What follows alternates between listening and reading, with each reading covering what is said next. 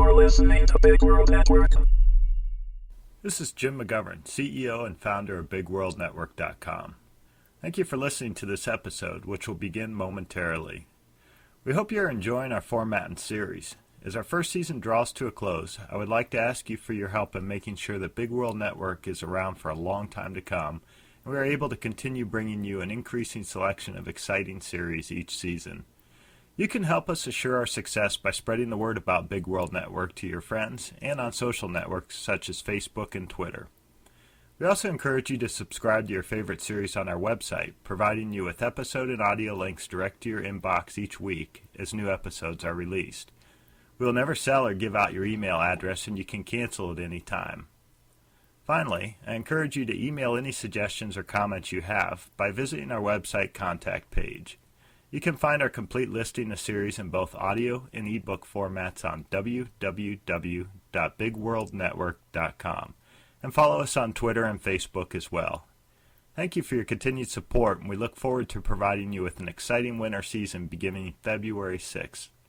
Many of your favorite series will be returning, in addition to some new and exciting series by some of the most talented and imaginative writers. Check us out, and again, thank you very much for listening.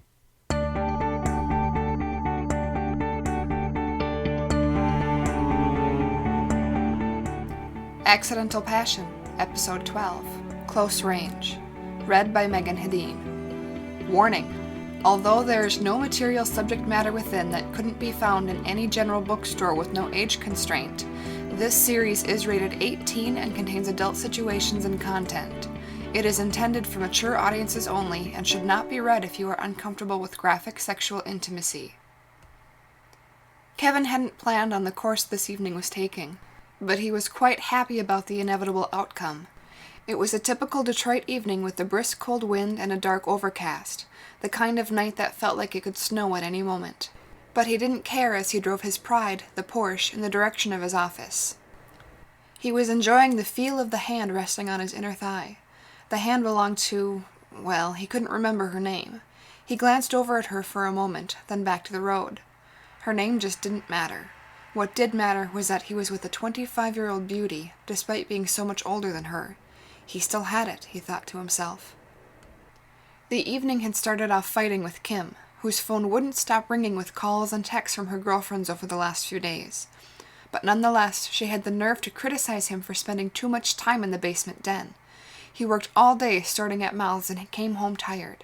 He should never be criticized considering it was his income that gave her and the boys the nice home and things that they had. It had finally become more than he could handle, so he went out to get a drink at a nearby lounge. It was an upscale suburban place, filled mostly with professionals and singles with high-back leather chairs, jazz music, and waitresses with short black skirts and white blouses, unbuttoned to show plenty of cleavage, serving drinks to all the table and chair groupings. He hadn't planned on doing anything but sit at the bar and enjoy his vodka martini, but the girl with her hand on his thigh had come up to him. After finding out he was a dentist, it took only a couple rounds of drinks before she mentioned how much she liked the laughing gas. Kevin knew it was his opportunity to finally get some action in his life. Kim sure didn't make him feel like a man, and it was time he enjoyed himself for a change. She had called him self-centered when they were arguing. Well, tonight he was going to show her just what self-centered was. He was going to score with a girl at least 10 years younger than Kim, and it was her fault. He pulled into the dark parking lot of the strip mall where his office was located and climbed out with the blonde. When they were inside, he didn't waste much time taking her back through the dark office hallway to the procedures room, where he turned on lights that were extremely bright in contrast to the muted lights of exit signs in the dark hallway.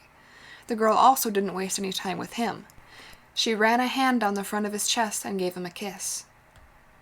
Turning on the tank, Kevin smiled and brought the mask to her face while she inhaled several times. She took the mask from his hands and brought it to his face as he lifted her top and pulled it over her head. Fumbling, he undid her bra and removed it as well. As he inhaled the gas, almost immediately feeling its effects, he admired her breasts. Kim had always been in good shape and built with excellent proportions, but she was older. This beauty, he thought, was perfect. Like a junior high boy, he brought one of his hands to her left breast and squeezed as she set the mask down on a small stainless steel table. The blonde girl then unsnapped and unzipped Kevin's jeans. Still fondling her breast, Kevin watched as she slid his jeans down past his hips along with his boxer shorts, exposing him completely. He had always been a little self-conscious about his size, even though he knew he was a fantastic lover. So he looked into her face to make sure there was no reaction of disappointment, and there didn't seem to be. As he toyed with her nipple, she began to caress and fondle him as they kissed, but he wasn't growing hard, despite everything going on. Deciding to distract her from it, giving himself a chance to grow hard, he removed his hand from her chest and took the mask to her face again. She took a deep breath and then said, "This is amazing. I feel so good." She smiled and started giving him more attention with her hands, using both, wrapping one around his soft member and the other cupping him, but still no change. What the hell was wrong? This girl was amazing and he couldn't get hard. He knew things were getting worse when she looked down at him, soft and small, especially in this condition. Panic was setting in because of the risk to his inflated ego. He was a dentist with a sexy blonde, wanting to show her how amazing he was. But nothing was happening. He now felt panic and self-conscious about his age compared to hers. He wanted to show her what she had been missing with younger men. The girl, seeming surprised, probably never having touched a guy who wasn't hard, didn't seem like she was willing to give up. She kneeled down in front of him and lifted him with her hand, taking him in her mouth. Kevin tried to will himself hard as she gave him exceptional attention, but nothing. He was humiliated, ashamed, and demoralized. She finally let him fall out from between her lips and looked up. "Is something wrong?" she asked, still holding him soft in her hand. Kevin knew his life had just reached a low point. He didn't know how to respond. He suddenly resented the girl for putting him in this position, and resented himself. "I'm just a little drunker than I thought," he replied, trying to sound convincing. "It's okay, baby. I'm sure this happens to a lot of men." And with that, his humiliation was complete. Later, after dropping her off at her car, Kevin returned to the office. Lying back in the chair with the mask, he inhaled deeply, wanting to forget the evening. He pulled the strap of the mask around the back of his head so he could stimulate himself at the same time, and to make sure he was still able to become aroused. Moving his hand down, and misjudging how much nitrous he was inhaling, his hand soon fell limp as he realized he was drifting off into unconsciousness. Kim was on edge. She didn't know what to do. Today alone she had gotten over 25 texts from Rick and multiple voicemails on the phone, pleading with her to talk to him. She would if she thought it would make a difference, but already in the past week she had given in and tried to explain to him she needed to end things. She was becoming fearful, so she was careful not to blame him. Needing to pick up one of the boys from a friend's, she backed out of the garage just as Rick's truck pulled in behind her, blocking her exit to the street. My God, she thought, he's at the house! She was glad Kevin was out and wouldn't see him pulling in. Leaving his truck running, Rick climbed out and walked to her window. She opened it halfway. "Rick, you can't be here. You can't keep doing this. Are you trying to ruin my life? If you care about me like you say, you would leave me alone." She was angry, scared, and worn down all at the same time. She couldn't take much more of this. "I just need to talk to you one more time. I wouldn't be here if you answered my calls," he said. "Just give me a minute to talk to you." "No. Rick, you have to go. There is nothing to talk about." She looked down below her window to see if her door was locked. It wasn't. Taking advantage of the darkness, she moved her right hand down to the power lock and clicked it. The 4 doors on the SUV simultaneously locked, and she hit the power window control, causing it to roll up almost completely, leaving just a crack. The action enraged Rick.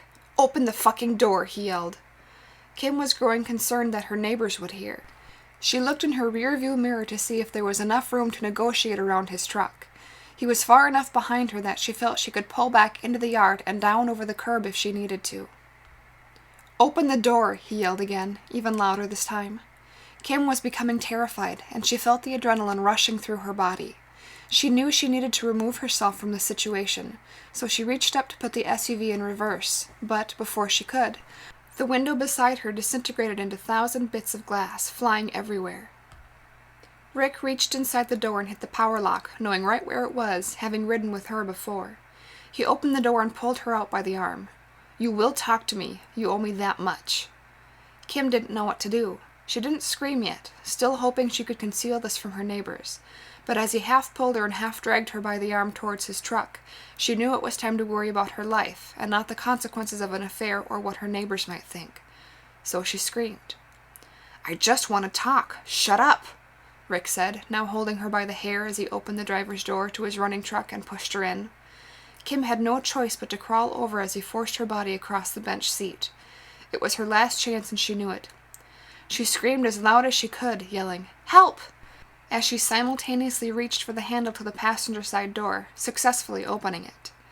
Rick grabbed her hair again and yanked her back, causing pain in her neck and scalp from the pulling of her hair.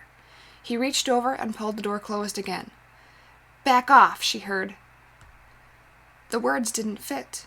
Why was he telling her to back off?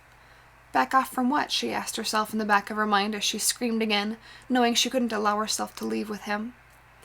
"Get out of the truck and let her go," she heard next. Wait, that wasn't Rick's voice she was hearing. As she tried to turn herself around in the dark truck to free herself, she saw Rick's other hand reach in front of her and open the glove box. It dropped open, and she saw a pistol in it. She had never known he even owned one, and had never even been that close to one before.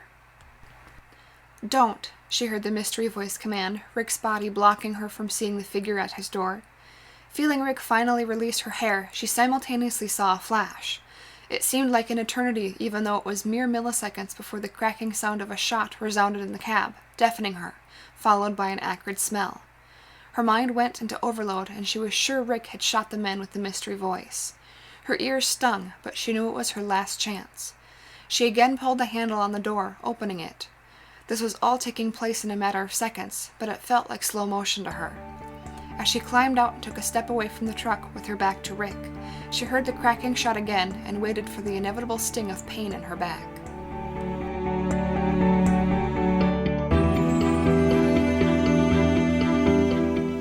This has been a presentation of Big World Network. Visit us on BigWorldNetwork.com for more free weekly series, or follow us on Facebook and Twitter.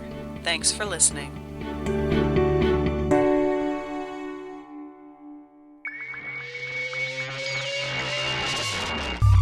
You're listening to Big World Network.